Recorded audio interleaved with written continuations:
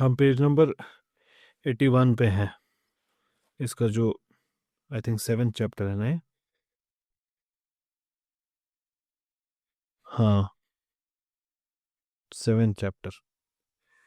इसके अदरवाइज भी पार्ट्स किए हैं किताब के। तो ये पार्ट 2 से पहले, जस्ट पहले है ये। पार्ट 1 का आखिरी है, आखिरी हिस्सा है। अगर आपको याद हो, पार्ट 1 इसका है ऑर्फन टाइटल्ड। तो उसका ये आखिरी हिस्सा है जिसमें हम अब दाखिल हो गए हैं। तो अगर आपको याद हो, आखिरी बारी जब हमने बात की कि पोइट्री वही है सबसे नियर, फिर उसको भी समझना, saying something that can not be said, ये कहा था हमने आखिर में। और फिर इन्होंने कहा था which again is no reason not to try. If we look at the metaphors in the account of Huzur Sallallahu Alaihi Wasallam on the mountain, it may be possible to at least begin to understand what had happened. तो कहाँ से शुरू करें? गिल्जी हेजल्टन कहती है the idea of inspiration itself, वहीं से शुरू करते हैं। Let's start with that point. ये जो रेवोल्यूशन होती है, ये क्या होती है?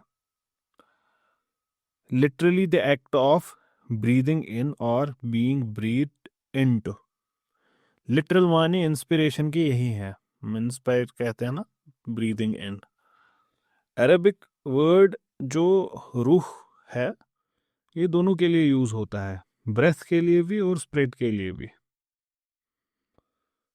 और ये बड़ा नज़दीक है हिब्रू वर्ड रवाज के लिए। रवाज के साथ ये बड़ा नज़दीक मिलता जुलता वर्ड है। ये मिलती जुलती लैंग्वेजेस हैं, हिब्रू और अरबिक, काइंड ऑफ कजन्स। तो words are very similar in the two languages.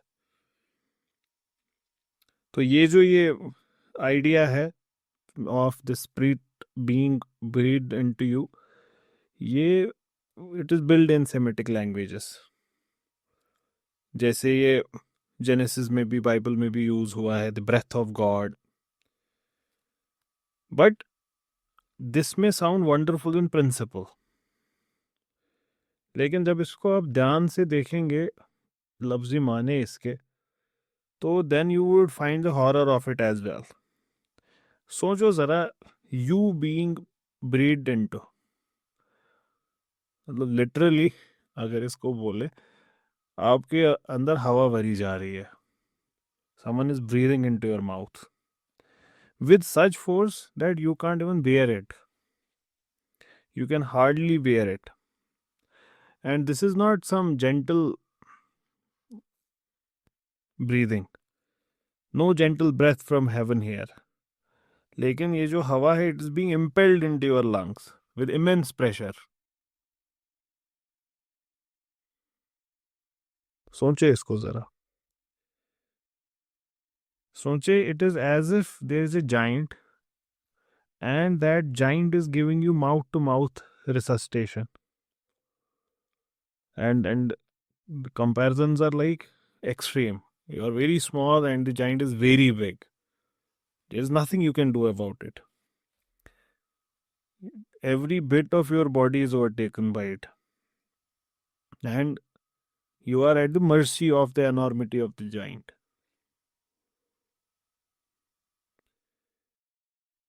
और ये मेटाफर इनने यूज किया, as if a giant is giving mouth to mouth resuscitation, ये बड़ा अप्रोप्रिएट और एप्ट है। क्यों? बिकॉज ये जो giant giving you mouth to mouth resuscitation, it means that it is something that is also giving you life, but it is as if it is also squashing the light out of you at the same time. It's doing both. It is giving you breath, but it is simultaneously as if suffocating you by the very weight of it. And this weight is so enormous, the event is so enormous that you give up fighting against it. You let it be. फिर lazily हेजल्टन कहती हैं, इसके बाद अब ज़रा consider करो और समझो वो अल्फाज जो हुजूर सल्लल्लाहु अलैहि वसल्लम ने खुद से इस्तेमाल किए फॉर दिस इंस्पिरेशन। क्या थे वो अल्फाज? एज दो these words were engraved on my heart. जैसे ना मेरे हार्ट पे, मेरे दिल पे ये एनग्रेव किए गए थे, लिखे गए थे उस पे।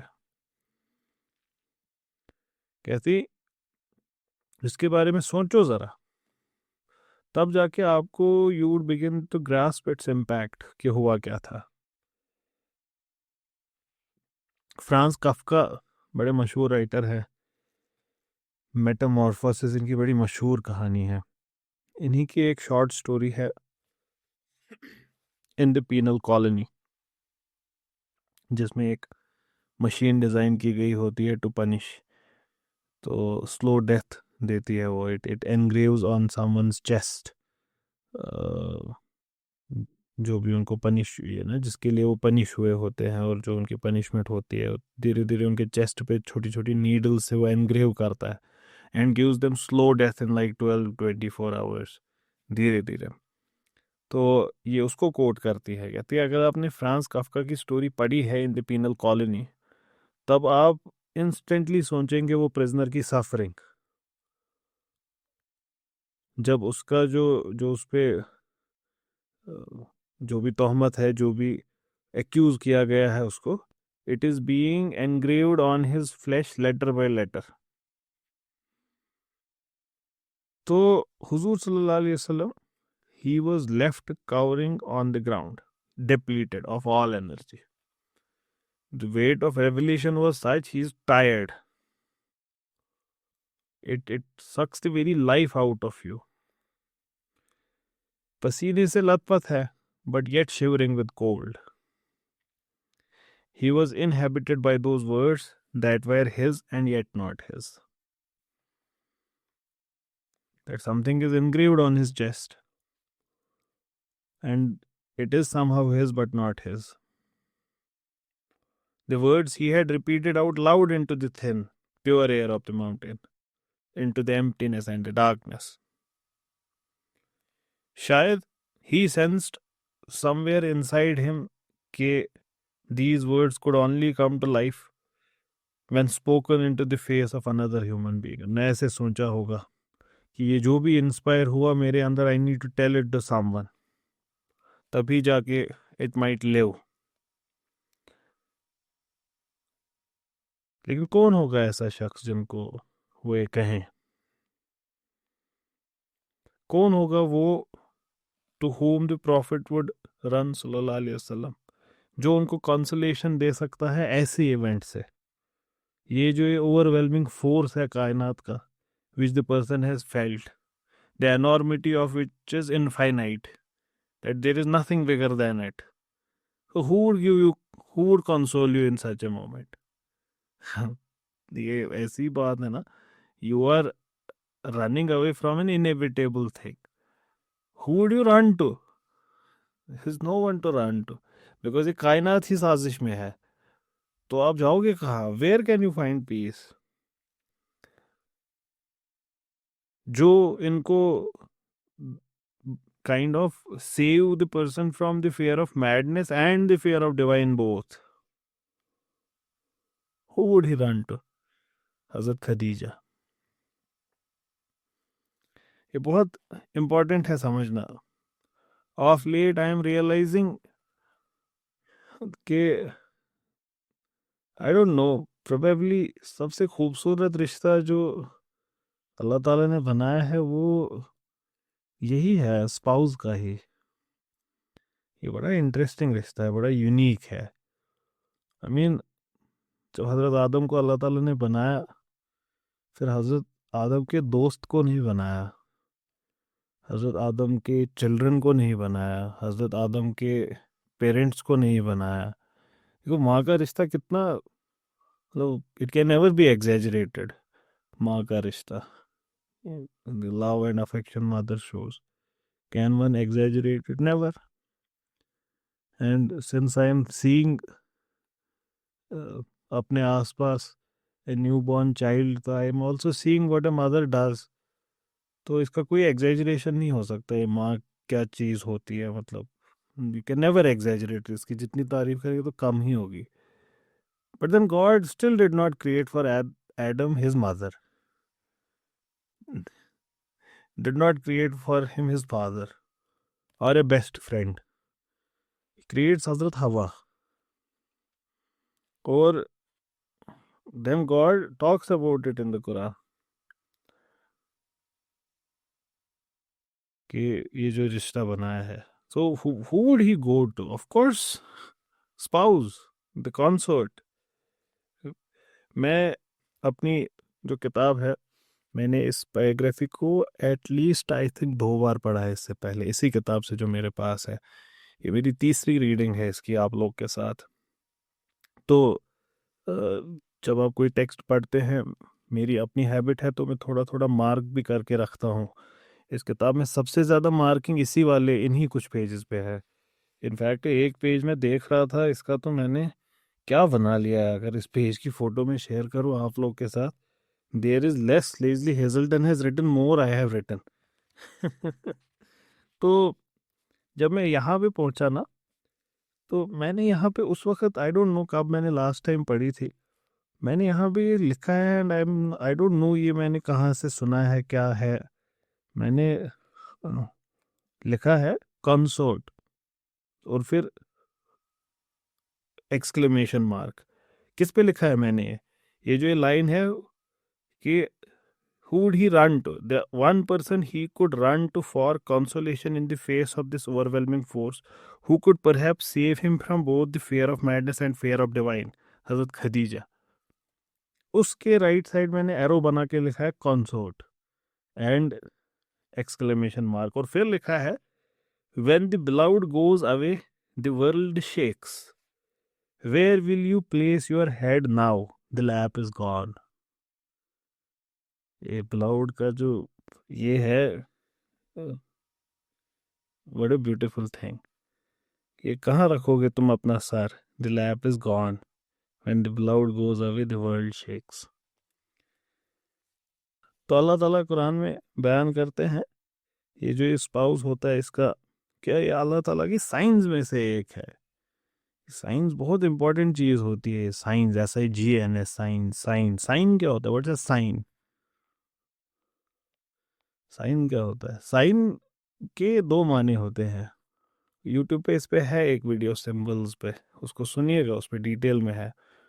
साइन के 2 माने होते हैं। साइन पॉइंट्स टू समथिंग, जैसे साइन बोर्ड होगा, उस पे एरो बन के होगा राइट टर्न का, so it's pointing towards the direction. या इस पे लिखा होगा Anantnag 50 kilometres away, so it points to something, that's a sign. Sign points to red colour, stop. Green colour points to go, तो that is sign. Sign points to authority, signature किया है इस पे किसी ने, that's a sign. And then also there is one more meaning which is similar, associated, ऐसा ही है वो भी। साइन पॉइंटिंग टूवर्ड्स के बदले किसी की किसी की प्रेजेंस को दिखाना, जैसे there are signs of good times to come. तो ये फिर से पॉइंटिंग टूवर्ड्स है समथिंग, लेकिन ये उसका एक मिनिएचराइज्ड वर्जन भी है। जैसे मैप पे छोटा सा एक पिरामिड बना है, छोटा सा ब्लैक कलर का पिरामिड बना है, तो ये किसका साइन है? ये किसका सिंबल है? माउंटेन का, राइट? या 2 पैरेलल लाइंस बनी है, तो ये एक माउंटेन पास का साइन है। तो इसको यूजुअली हम सिंबल्स कहते हैं, ये दूसरे वाली मीनिंग को। लेकिन साइन को ऐसे भी यूज किया जा सकता है, but sign is usually what points towards something. तो कुरान की हर एक आयत को हम साइन ही कहते हैं। आयत का मतलब होता है sign. So what does it sign towards? What does it point towards? Points towards God, every आयत ऑफ कुरान। तो अल्लाह ताला कहते हैं कि कायनात में मेरे साइंस ही साइंस है, the things that point towards me. And out of all of those things that are mentioned in Quran, one of them is, and among his signs is that he created for you spouses from your own selves so that you may find peace with them। ये multi layered है ये। इसको हजारों तरीकों से पढ़ा जा सकता है कि अल्लाह ताला की तरफ पॉइंट आउट करता है ये फैक्ट कि आपके लिए आप ही के बीच में से आपके स्पाउसेस बनाए गए हैं ताकि you might find peace with them. तो फंडामेंटल पर्पस ऑफ रिलेशन भी आपको पता चल गया तब क्या है? Finding tranquillity. ये पीस बड़ा इंटरेस्टिंग वर्ड है। क्यों? इसका अरबी क्या है? सलाम। और ये बड़ा आपको नहीं समझ आ रहा कि it's very near to Islam. It is. Islam और सलाम के रूट वर्ड सेम है. That you may find Islam with the, कि ये मजहब भी तभी प्रैक्टिस हो सकता है when you are together. And he has placed between you compassion and mercy. Raham, he has placed between you. Surely in this are signs for people who reflect. अब देखिए ये भी बड़ा इंटरेस्टिंग वर्ड है, compassion and mercy. Compassion लोग रिश्तों में भूल गए हैं. Showing compassion. कंपैशन दूसरे के लिए मोहब्बत का इजहार इज कंपैशन. सहानुभूति. आई डोंट नो उर्दू में क्या वर्ड होगा इसका. I am trying my best. Compassion के लिए वर्ड क्या होगा. लेकिन मर्सी ज़्यादा इंटरेस्टिंग वर्ड है. मर्सी वुड बी रहम. रहम. रहम is also use for womb in Arabic. Womb, uterus, that which gives life. तो he has placed between you compassion and mercy. तो surely in it are signs for people who reflect. तो ये जो रिश्ता है ये बड़ा बड़ा अमेजिंग है. मैं इसमें नया नया ही हूँ but I am already feeling कि when I am tired, the one thing that removes all of my tiredness I would say is this, and I never knew it कि ऐसा होता है. तो I would have married very early. but I came to it very late, but there I दुरुस्त आए. तो that concert is a very beautiful thing. तो अल्लाह ताला आपके लिए भी आपके पार्टनर्स को ना यही पीपल विद रहम बनाए. तो so that one person is what you would go to. And what a wonderful thing if it's your consort, if it's your wife. That's the best thing that can happen. It's not someone else. फिर ये कहती हैं lazy Hazelton, और perhaps at first there were no words at all. जो भी वहाँ पे वो इंस्पिरेशन हुआ, वो इवेंट हुआ, उसमें शायद कोई अल्फाज थे ही नहीं. शायद इसमें वक्त लगा हो कि वो जो एक्सपीरियंस हुआ, वो मेटाफिजिकल एक्सपीरियंस, उसको टेंजिबल फिजिकल अल्फाज में तब्दील होने में it might have taken some time. हमको इतना तो पता है कि हुजूर सल्लल्लाहु अलैहि वसल्लम इस पहाड़ से भागते हुए वापस आए. स्टम्बलिंग डाउन, स्लिपिंग, स्लाइडिंग, सांस बहुत तेज चल रही है, रास्पिंग, हिज ब्रेथ हॉट, और हर एक सांस के लिए स्ट्रगल करना पड़ रहा है. Lot of effort. द रोब he is wearing is torn. और जो ये स्कब्स एंड श्रब्स हैं, उसकी वजह से the arms and legs are also scratched. There are bruises on the body. He is running headlong directly towards his home, where he would find the tranquility and compassion he is searching for. And the first thing he would say is, I fear for my life. That's the first word he utters. I think I must have gone mad. Think of it. The Prophet Sallallahu Alaihi Wasallam is running from the mountain to the one person he could have run to, his wife. And the first thing he says in that awe of that unexplainable event that cannot be explained, I fear for my life. I might have gone mad. And he is trembling while he is saying it. And he is shuddering while he is saying it. And he asks her, Zammiluni, Zammiluni, cover me, and hide me under something. Cover me, Zammiluni, Zammiluni. He places his head in her lap like a child seeking shelter from the terrors of the night. और ये देखकर हज़रत खदीजा, उनके लिए ये जो site थी, this trembling, this terror, ये एनफ था उनको कन्विंस करने के लिए कि जो भी हुआ है that thing must have been real. जो भी ये एक्सपीरियंस है इनका जो हुआ है, जिसके बारे में अभी इनके पास इल्म नहीं है क्योंकि बयान ही नहीं हुआ है इनके सामने, लेकिन the result it has created, the tangible result it has created on the person is real. So she holds him, she cradles him through the night till the morning, reassuring every moment the person, just waiting for the day कि सुबह हो जाएगी, we might do something about it. और इसी duration में slowly whatever had taken place in the cave of Hira, that starts to find physical shape in the Prophet's mouth sallallahu alaihi wasallam. Now what's Leslie Hazelton trying to do here? She is removing the angel from the cave. Notice how subtly she has done it. See her explanation. And once again, you don't need to question her. You have to understand where she is coming from. She is coming from the secular point of view. And from the secular point of view, there is no angel. So how do you explain the event? The enormity of event is such you cannot explain it. So some would call it angel, other would call it, say there was an angel on the horizons. Some would say that something held him so tightly as if crushed him. But no one could explain what happened.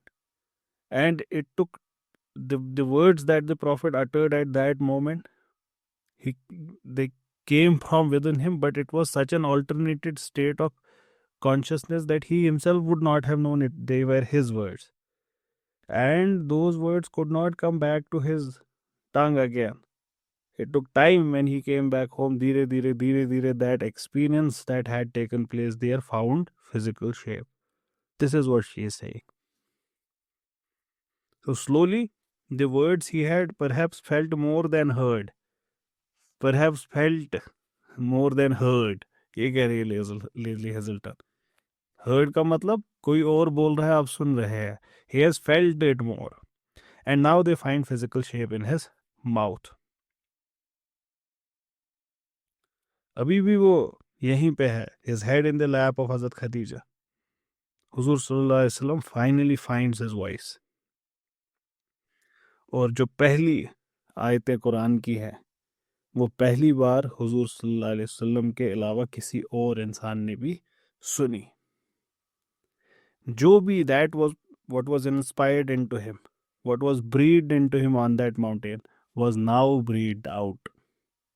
And now it has for the first time taken its rightful place in the world. 15 साल तक ये husband wife थे, इनकी शादी को 15 साल हो गए थे. लेकिन ये जो लैंग्वेज थी, ये उन्होंने कभी नहीं सुनी थी. इन्होंने कभी हुजूर सल्लल्लाहु अलैहि वसल्लम को ऐसे बोलते नहीं देखा था. Such beauty in language she had never seen. इनकी language, it was unusually terse.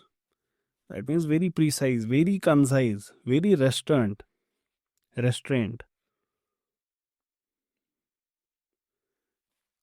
One might expect that of a person जो हुजूर सल्लल्लाहु अलैहि वसल्लम का बचपन था, जिसमें जो अपने सबसे नज़दीक होते, जिनके पास you are your own self, वो बहुत जल्दी रुखसत हो गए दुनिया से.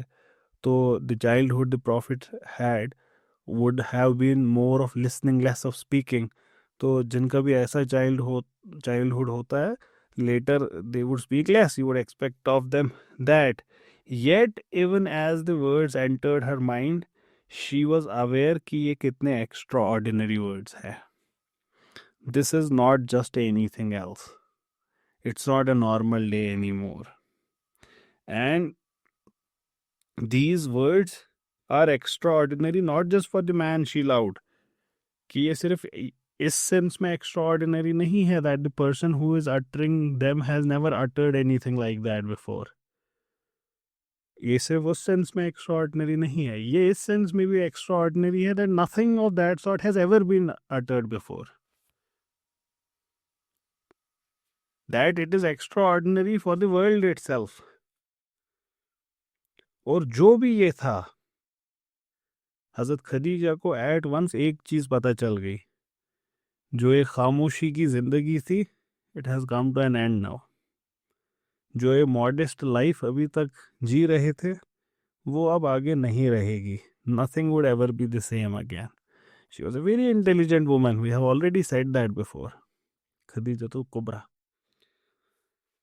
तो कोई और औरत होती तो वो क्या सोचती? She would have considered it unfair, she would have feared कि पता नहीं क्या होगा अब। She could have felt all of the suffering that's going to come. वो शायद अपने शौहर को भी बचाने की कोशिश करती और खुद को भी। And what, how would she do that? By denying the validity of the experience. आपको लग रहा है ऐसे, कोई बात नहीं, टेंशन नहीं ले, होता है कभी कभार। वो ज़्यादा से ज़्यादा ये कहते, वो डिनाई करते उस एक्सपीरियंस को ही। शायद कोई जिन था, आपको शायद नींद आ गई हो, या सिंपली डिनाई करते क्या बात कर रहे हैं, यही करते हैं ना। Any other woman might have done this. पहला रिएक्शन शायद यही होता, he had been possessed by जिन, शायद ये बोल देते, और else would simply dissuade the person.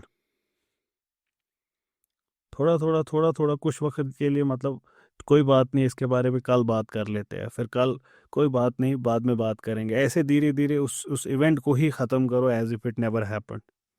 हम करते हैं, हम सब ऐसा ही करते। तो any other woman would have done that to dissuade the person, to smooth things out. या फिर उनसे कहते हैं हाँ कोई बात नहीं, happens at times, you are fine, you would do fine, you would come out of it, we'll see the हकीम। कोई ऐसा भी कहेगा। या फिर आप एक काम कीजिए, why don't you take some sleep? ये तो हमारा फाइनल रिजॉर्ट सबका होता है, I think you need some sleep, या there is nothing to fear, I am there with you, that it was just a passing track of the mind, happens. आप बहुत दिन, मैं आपसे कितने टाइम से कह रही हूँ कि आप बहुत टाइम बिताते हैं वहाँ, ना खाना है वहाँ पे, बहुत धूप होती है, बहुत गर्मी होती है, समटाइम्स इट सफोकेटिंग, तो ऐसा होता है। आज रात सो जाए, ये सुबह तक ख़त्म हो गया होगा, you would be better in the morning, कहते हैं ना हम ऐसे। But no, Hazrat Khadija is not like that. She reacts as she knew कि यही तो डेस्टिनी है, as if she had been expecting it all along, as if वो पहले ही जानती थी कि ये जो शख्स मेरे सामने है, this is what he is, कि उन्होंने उनके अंदर एक ग्लिम्पसेस एज इफ पहले ही देखी थी। जब उन्होंने उनसे कहा कि he feared he had gone mad, what did she do? She brushed it side. हो ही नहीं सकता ऐसा, मतलब she is not even taking the possibility of it, she simply shakes her head away कि नो। लकद खशी तो अला नफसी, हुजूर सल्लल्लाहु अलैहि वसल्लम कहते हैं, something bad might happen to me. और हजरत खदीजा, नो, कुछ बैड नहीं होगा, and she is as if she knows everything that has happened. May God save you from madness my dear, God would never do such a thing to you. He knows your truthfulness, he knows your trustworthiness, he knows your kindness. ऐसा कुछ नहीं होगा आपके साथ। जो exact words हैं जो हमारी रिवायतों में है, उनको कोट नहीं किया है इन्होंने, हमारे यहाँ जो एग्जैक्ट वर्ड्स हैं हज़रत खदीजा फरमाती हैं, नो, मैं आपको खुशखबरी देती हूँ, अल्लाह की कसम है, अल्लाह ताला is never going to disgrace you. खुदा की कसम, you are such a good man, हर किसी के साथ अच्छे रिश्ते निभाते हो आप। You keep good relationships with your kith and kin, आप रिश्तेदारी पूरी निभाते हो, हमेशा सच बोलते हो, गरीबों की मदद करते हो, you help the destitute, you entertain your guests generously. और जब भी कोई मदद के लिए आता है आपके पास, anyone who is stricken with calamities, you assist them. So no, don't tell me this that God has forsaken you. He would never forsake you. He knows that you are trustworthy, truthful. Wow, what a beautiful thing. When this attestation comes from your wife, that is the best thing that can ever happen to you. Nobody knows you better than your wife. Nobody. Or your husband. क्योंकि उनके सामने, what are you? You are clothes to each other. Clothes know everything what is inside. You might hide, आप बाकी सबके सामने हिजाब में होते हैं, आपके और सबके बीच में एक पर्दा है, लेकिन स्पाउस के सामने the spouse knows everything, and after knowing everything the spouse says you are a good man. Now that is the judgement you wait for. That is truth has been spoken, and that's the greatest achievement of a man or a woman, that his or her spouse say this. And then the prophet narrates everything sallallahu alaihi wasallam कि क्या हुआ था. तो अब शायद हजरत खदीजा कहें कि कोई बात नहीं, आप सो जाओ, कल सुबह तक ठीक होगा. हर कन्विक्शन इज रीइंफोर्स्ड, और वो वहीं पे कहती है हुजूर सल्लल्लाहु अलैहि वसल्लम से कि मुझे अल्लाह की कसम है, you are a prophet to these people. तो Hazrat Khadija becomes the first person to believe. And what a unique thing, what an irony of fate, I would say, that Islam would be accused of being anti-woman 1400 years later, and it was a woman who first believed in it. And the Prophet would narrate this again and again later in his life, that when nobody believed in me, she believed in me. And I can't emphasize enough the importance of spouses here once again. It gives you strength. It gives you strength. ये आपकी कमर होती है, आपका spouse. और कोई भी जंग लड़ सकता है कोई भी पार्टनर इस दुनिया में, अगर उसका partner, and this applies to both man and woman, कोई भी जंग कोई भी औरत लड़ सकती है. You know, she can work all day in the kitchen if her spouse is like that. And her husband, he can do all the chores and every work under the sky if he has that wife to return to. जब ये एक दूसरे को piece और tranquillity देते हैं, ये इसका क्या कहना ही, ये क्या जोड़ी होती है फिर. They can fight any war under the sky, these two. पता नहीं क्या स्ट्रेंथ होती है इनके बीच. And the prophet would talk about it later in his life, that she was the first to believe and nobody believed. So it tells you that what it meant to him, हज़रत खदीजा का ईमान लाना. कि बाद की conversations में भी ये आ रहा है, जब हज़रत खदीजा ज़ाहिरी तौर पे दुनिया में है भी नहीं, तब भी हुजूर सल्लल्लाहु अलैहि वसल्लम इसको बयान कर रहे हैं कि उसने तब ईमान लाया था जब किसी ने नहीं लाया था. तो इट टेल्स यू कि कितना प्रोफाउंड सपोर्ट रहा होगा हुजूर सल्लल्लाहु अलैहि वसल्लम के लिए. She held him until sunrise, और धीरे धीरे शी वुड हैव सीन के इनको अब आराम मिल रहा है. The muscles are relaxing, the shuddering and shivering is subsiding, और धीरे धीरे his head would become heavy in her lap. That means he is falling asleep. The sleep of exhaustion, जब आप एग्जॉशन से जब आप थके होते हैं, and that sleep, beautiful sleep. तो he has gone into that, and कुछ वक्त में she would have been assured that he is deep asleep now. तो वो उठी वहाँ से, थोड़े थोड़े जो ब्लैंकेट है उनके ऊपर बिछाया होगा उन्होंने, खुद एक शॉल ओढ़ लिया, और अर्ली मॉर्निंग घर से निकल गई. कहाँ की तरफ? वरका की तरफ. वरका कौन? इनका cousin. So she straight away moves to Waraka. The choice is also interesting. This shows her belief that she is already a believer. Who would you go to? Who would you go to at such a moment? A person who does not believe would see a Hakim, would see a doctor, would go to an elder कि अब क्या करूँ मैं, मेरे घर में इतना बड़ा मसला हुआ. Would go to his relatives. हज़रत हमजा के पास जाती हूँ, उनके अंकल के पास जाती, उनसे कहती. हज़रत अली से कहती, वो छोटे थे, बहुत छोटे थे, पर प्रोबेबली उनसे कहती कि go and tell your father that this has happened. आप ऐसा ही करते हैं, हम ऐसा ही करते हैं जब कोई, when we think someone is ill, so what do we do, यही करते हैं ना हम. But not here. The person she chooses to go to tells us कि यकीन है ऑलरेडी. अब बस इस यकीन को आखिरी दर्जे पे पहुंचाना है. इसकी तस्दीक कहीं से हो जाए। What I see I know, but I want someone else to tell me this as well, so that my belief is attested. तो वरका के पास जाना यही बताता है। वरका कौन?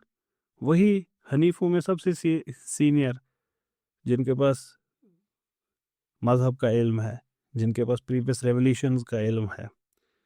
तो शी वॉक्स विद दिस काम determination through the narrow alleged. सुबह का टाइम है, अर्ली सूरज की किरणें निकल रही है। फर्स्ट कॉक क्रोज, उनके कोज भी वो सुन रही हैं।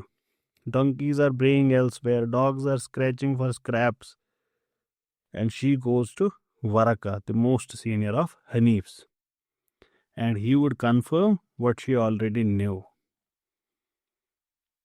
क्या? कि हुजूर सल्लल्लाहु अलैहि वसल्लम का जो ये fear of delusion था, this was precisely what argued most powerfully for not being deluded. यही सबसे अच्छा आर्ग्यूमेंट है कि he is not deluded. ये कोई शायर नहीं है नाउज़ुबिल्लाह, ये कोई मिस्टीक नहीं है, ये वही है जो कुरान बाद में कहेगा भी। Messenger, one of these people, a human being suddenly charged with something which is inhumanly huge task, that is what he is. तो ये जो कजिन का रेस्पॉन्स है, ये ऑलरेडी एक्सपेक्टेड लाइंस पे ही था हज़रत खदीजा के। हज़रत खदीजा से उन्होंने एग्जैक्टली क्या कहा? तो वरका ने कहा कि जो आप मुझसे कह रहे हो अगर वो सच है, तो whosoever appeared to हुजूर सल्लल्लाहु अलैहि वसल्लम was the same spirit that appeared to हजरत मूसा पुराने ज़माने में, और he is indeed a prophet of his people, bid him well। इसके वेरिएंट्स भी हैं इस रिवायत के कि एग्जैक्ट वर्ड्स क्या यूज़ किए थे वरका ने। एक में वो कहते हैं कि काश मैं जवान होता तो I would have fought with him because I know he is going to face all of these things। खैर इन्होंने वो नरेशंस को नरेट नहीं किया है। तो आगे कहती हैं, but as she made her way back to her sleeping husband, जो वापस आ रही थी, you might consider, you might think that she would have been very happy, लेकिन ये भी समझना ज़रूरी है that she must have return with a heavy heart too. क्यों? एक मिडिल एज्ड मैन, एक woman who is on the verge of old age, and these two, they are holding the key to something new।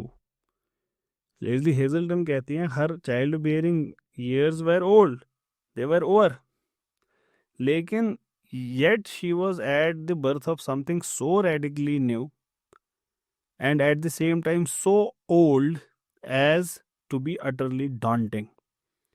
नया भी है और बहुत पुराना भी है जो ये आया है उनके पास।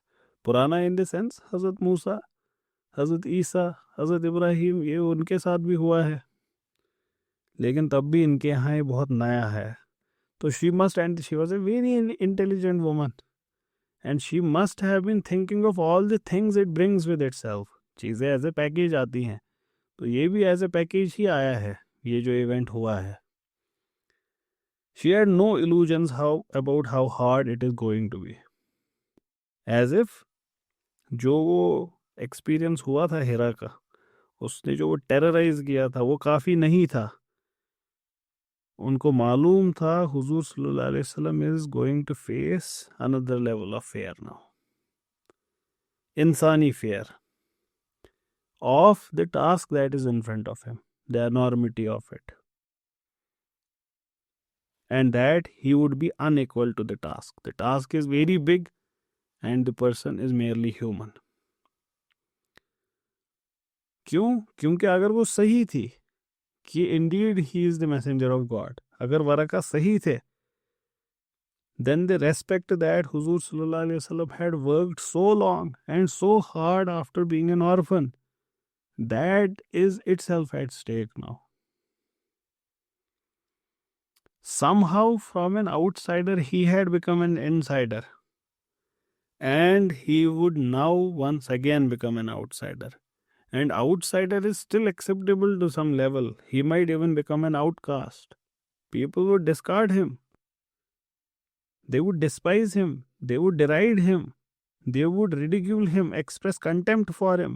His honor, which he had worked so hard for, would be impugned. His dignity would be transgressed. She must have thought all of this, the intelligent person she was, that times are going to become tough once again. After this brief lull, brief peace they had found, time फिर से difficult होने वाला था. एक छोटा सा दिल है, छोटा सा, छोटी सी आशा है, जो छोटा सा घर बनाया था, एक modest peace he had found, he had achieved over the years, it would be torn away. She must have realised कि ये सब अब ऐसा नहीं रहना है.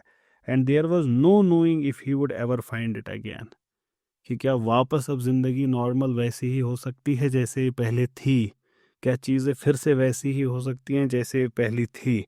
Perhaps she would have thought, we would not know now कि क्या होगा. यहाँ पे पार्ट 1 ख़त्म हो जाता है लेज़ली हेजल्टन की किताब का. लेज़ली हेजल्टन ने बड़े इंटरेस्टिंगली इस बुक को डिवाइड किया है. जो हमारी आदत है चैप्टर्स के नाम सुनने की, वैसा नहीं है. इसके 3 पार्ट्स हैं किताब के. पहला पार्ट है ऑर्फन, दूसरा पार्ट है एग्जाइल, और तीसरा पार्ट है लीडर. ऑर्फन वाला पार्ट हमने मुकम्मल किया. यहाँ से शुरू होता है पार्ट 2, जिसका नाम है एग्जाइल. एग्जाइल वाले पार्ट को चैप्टर 8 से शुरू होता है. इंशाल्लाह उसको नेक्स्ट टाइम हम देखेंगे. अस्सलाम वालेकुम.